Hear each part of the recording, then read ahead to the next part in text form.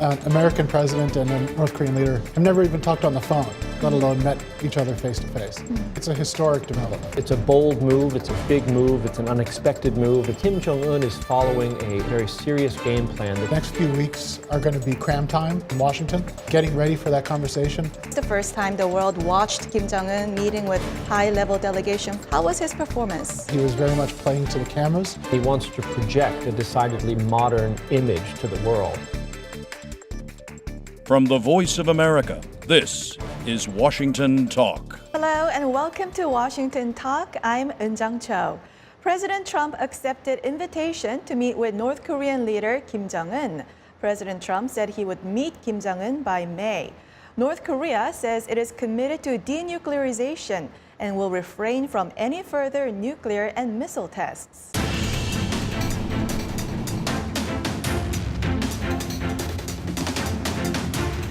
President Trump appreciated the briefing and said he would meet Kim Jong-un by May. Kim pledged that North Korea will refrain from any further nuclear or missile tests.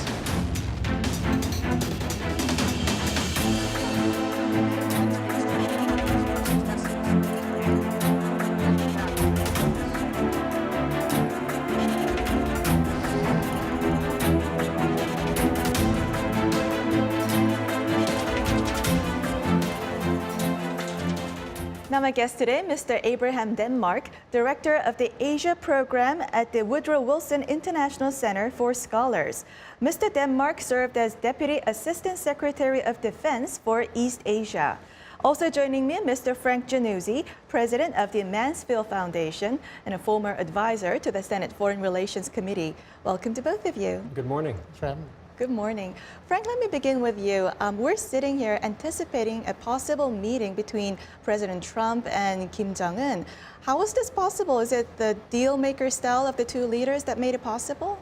Well, you know, President Obama wrote a book called The Audacity of Hope. But I think President Trump has appropriated that first word, audacity, by accepting this invitation from Kim Jong-un to a summit meeting. It's a bold move, it's a big move, it's an unexpected move. It apparently is a decision that caught most of his senior advisors by surprise as well. Secretary Tillerson is in Djibouti, Africa, and I think was blindsided by this announcement. I think what makes it possible is the shrewd and determined diplomatic efforts by President Moon Jae-in of South Korea. He's been working really hard to bring the North Koreans to the table. And then I think the ego of President Trump, who understands that sometimes if you want to reach out to a country like North Korea, you should do it at the top. And Trump imagines himself a great deal maker, and so he decided, what the heck, I might as well roll the dice and go big. Abe, how significant is this decision? Just less than a year ago, the two leaders were on a war of words, and President Trump mentioned fire and fury on North Korea. But coming this far, how significant is this? It's very significant. It's a historic development.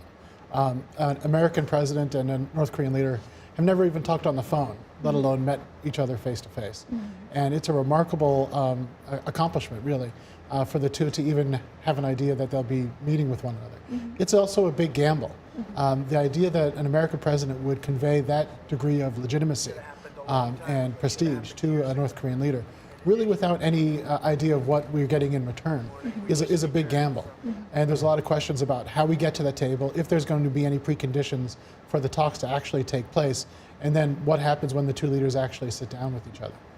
Abe mentioned that it's a big gamble. Frank, can the two leaders, do you think they can maybe make a big deal, hitting all the core points when they sit down together? Well, the thing about summit meetings is that they are rarely a place at which actual negotiations take place. The negotiations, the hard work is usually supposed to precede a summit meeting. But in this case, with the end of May only a couple of months out, I think what you're more likely to see is a very dramatic, significant meeting between the two leaders. But I think a lot of the hard work to actually accomplish any progress toward denuclearization and peace may have to happen after the summit. So keeping expectations in check is going to be very important. But I also think that the Trump administration really needs a game plan because I think Kim Jong-un is following a very serious game plan that he laid out in his New Year's address in January of this year. I think he has a pretty good idea of what he expects to get out of a summit meeting, as well as what concessions he hopes to extract from the United States in return for steps toward denuclearization. I'm not sure that the Trump administration has all of those ducks in a row yet. I think they're still planning. It's going to take a lot of work for them to prepare. Abe, do you also agree with Frank that there is going to be a meeting between the leaders first and then there's going to be follow-up discussions, or will there be more in-depth preparatory talks first and then the summit? How do you see it? I think the next few weeks are going to be cram time, especially for people in Washington, getting ready for that conversation, working with the North Koreans to figure out the specifics, where it's going to be, when it will take place, if North Korea needs to make any statements beforehand, if the United States needs to make any statements beforehand. There's a lot of uncertainty there. I think Frank is exactly right. These summit meetings are not traditionally the place of where negotiations take place. But the old playbook is out the window. This is unprecedented, and it's unclear how this may work. But there's also still a lot that we don't know. The President Trump has said repeatedly that the United States is not going to accept North Korea as a nuclear power, would not tolerate North Korean capabilities to strike the United States with nuclear weapons. Kim Jong-un has only said, as we understand through the South Koreans, that they're willing to talk about denuclearization and that they would only not need nuclear weapons if the threat were removed. So there's a lot that we don't know. It's very unclear to me that there's actually a landing place for the two sides, and it's unclear what happens when the two leaders actually sit down with each other. Right. I think Abe makes a great point. And you know, President Moon Jae-in, when he was considering an invitation from Kim Jong-un for a summit meeting, he said, well, let me sleep on it. And then he got back to Kim Jong-un with requirements about the venue, which he ultimately decided would be Panmunjom. And he also got back to Kim Jong-un with certain requirements about what would take place at the summit meeting, as well as the hope that North Korea would engage with the U.S. What's interesting here is that Donald Trump apparently has accepted the invitation in principle without making similar kinds of requirements or new ones on the North. So now a lot of hard work is going to have to be done even just to figure out where they're going to meet. And Abe and I were talking about this a little bit this morning. You know, maybe a neutral spot would be best. Maybe Beijing or someplace not Pyongyang, not Seoul, not Washington, but maybe a neutral location. But we'll see. North Korea says it wants a security guarantee for denuclearization. This sounds like an old position that we've repeatedly heard like for more than 2 decades.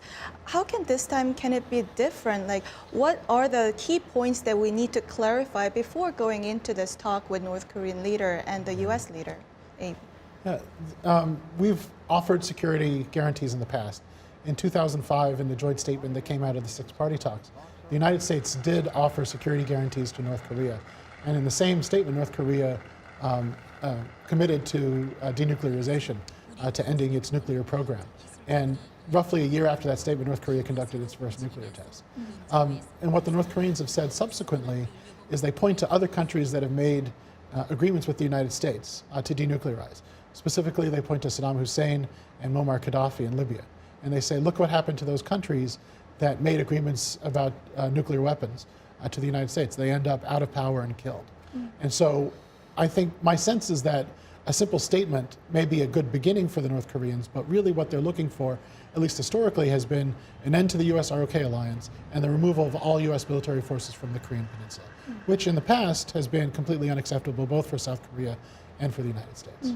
In the past, it was completely unacceptable. Is it acceptable now? I can't see how it could possibly be acceptable. The idea that we would remove all of our troops and the alliance and then North Korea would denuclearize out of its own goodwill is impossible to believe. There is zero trust on both sides. The denuclearization program, in all likelihood, is going to have to come first.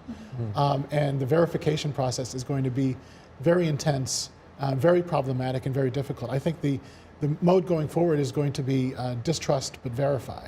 And how that works is really very unclear. I think Abe's got a good point here because the phasing of any deal between the U.S. and North Korea is going to be very important. What comes in what order?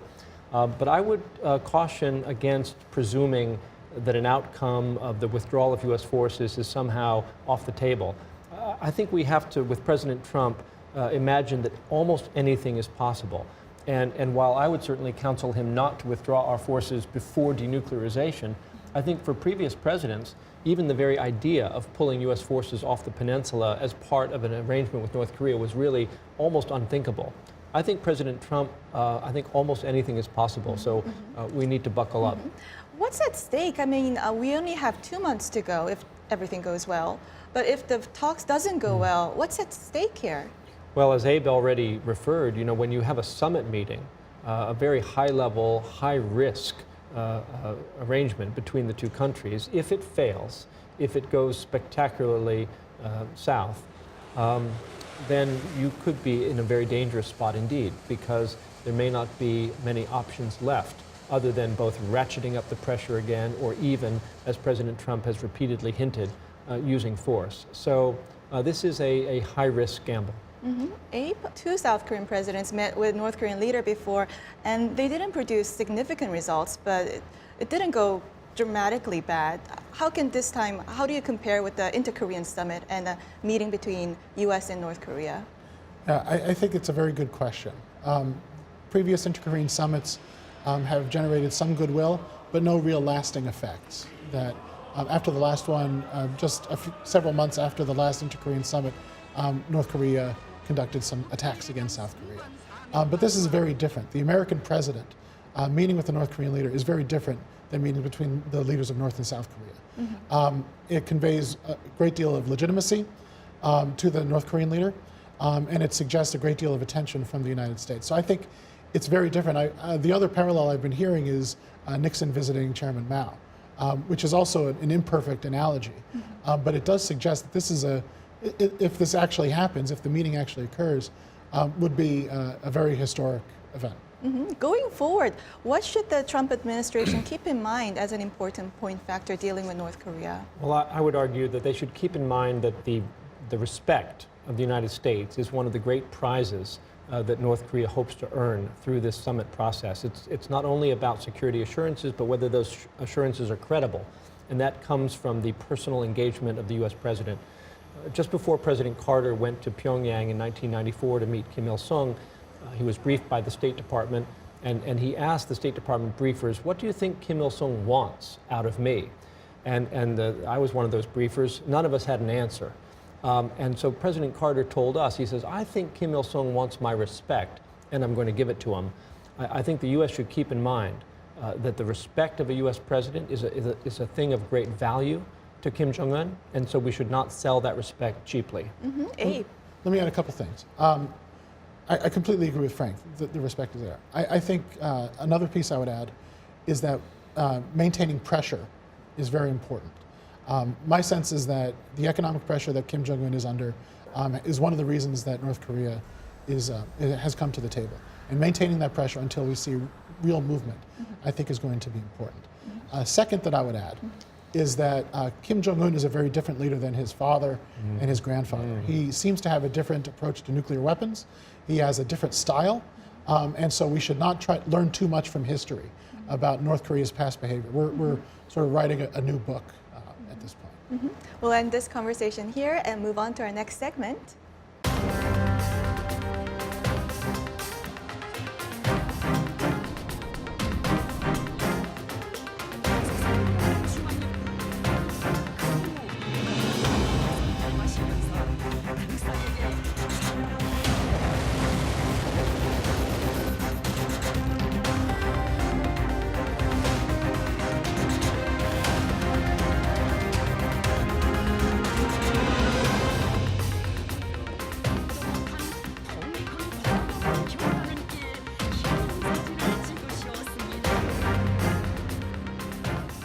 Senior South Korean envoys sat down with North Korea's reclusive leader, Kim Jong-un.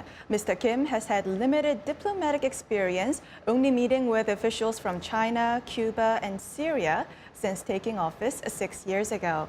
Now, Abe, this was the first time the world watched Kim Jong-un meeting with high-level delegation from the outside world. How was his performance? It was very interesting to watch. He exuded confidence. He exuded some flexibility and openness.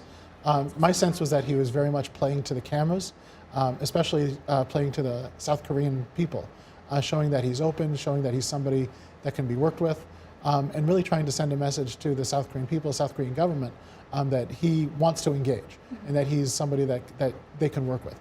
Very different from his father, who people rarely heard his voice, people rarely talk to him. It's a very different style, and I think the message was confidence, calm, and openness. Frank, what was your impression? You know, this guy is not his father. He bears some resemblance to his grandfather physically and maybe also a little bit in his style, but he is decidedly modern, and he wants to project a decidedly modern image to the world.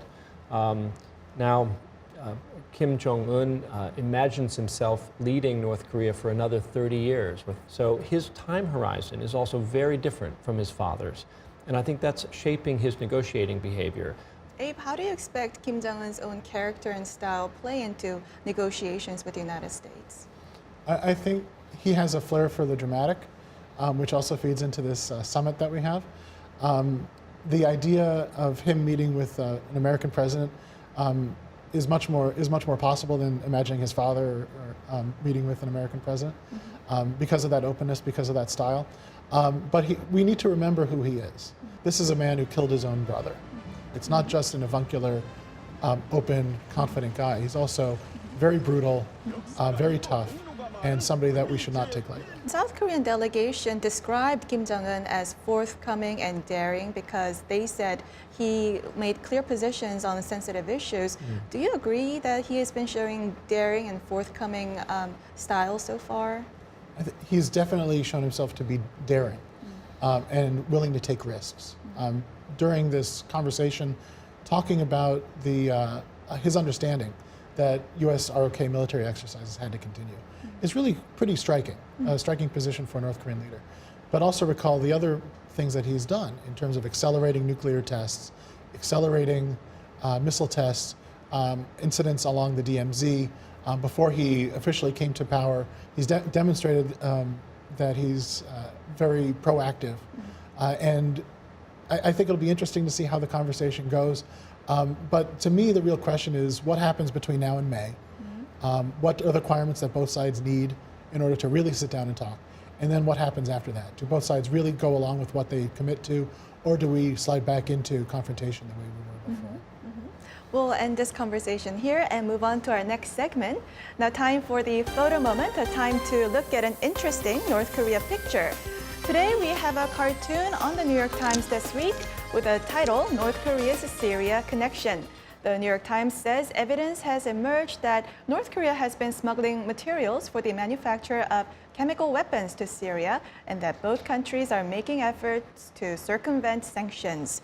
Frank, what's your reaction? Well, you know, in the effort to assemble a long list of reasons for mistrusting North Korea and for potentially even resorting to the use of force against North Korea, the proliferation of WMD material is always near the top. And it's a good reminder that time may be on the U.S. side strategically, long run. The United States holds a lot of cards. But in the meantime, if North Korea continues bad behavior, they can do harm to us and to the international community. And the proliferation threat is one that ought to be high on the agenda of the summit meeting to curtail any risk of spread of WMD material off the peninsula. To me, it shows the challenges that we face with enforcement. Because there's a second piece to this cartoon, the UN, with its border guards and looking in the wrong direction. That we've known about the proliferation threat from North Korea for a long time. We've tried to put pieces in place to do it, to contain the proliferation threat, but it's not working. And so the question is, if we really need to contain them, what are the other things that we need to do in order to really clamp down and prevent this threat? Well, that's all the time we have for this week. Frank, Abe, thank you for joining us. Thank you. Thank you. Thank you. And this was Washington Talk from the Voice of America, and I'm Eun Jang Cho. Thank you for watching.